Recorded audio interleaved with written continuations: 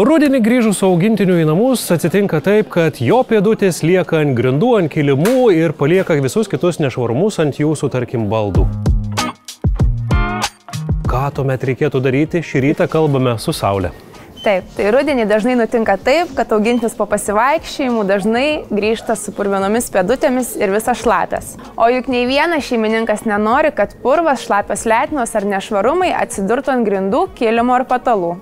Laimė yra priemonių, padedančių greitai ir paprastai išlaikyti švarą. Pirmiausia, patvaru šalia durų turėti rankšluostį arba drėgnas servetėlės skirtas specialiai augintiniams. Jomis galima greitai nuvalyti pėdutes ir kailį dar prie įėjimo. Tokiu būdu purvas nepatenka į namus, o ir augintinis jaučiasi švaresnis.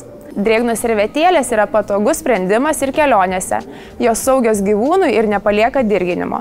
O ką daryti, jei purvas patenka ant kilimų ar minkštų baldų? Tuomet verta turėti specialias dėmių ir kvapų šalinimo priemonės. Jos sukurtos taip, kad efektyviai pašalintų tiek purvo, tiek šlapimo ar kitų nešvarumų dėmes, neutralizuotų kvapus ir būtų saugios naudoti namuose, kur gyvena augintiniai. Skirtingai nei buitiniai valikliai, šios priemonės yra švelnios, bet veiksmingos. Jos ne tik išvalo, bet ir padeda išlaikyti gaivą. Taip užtikrinama, kad net po lietingo rudens pasivaikščiojimo namai išliktų švarūs ir jaukūs.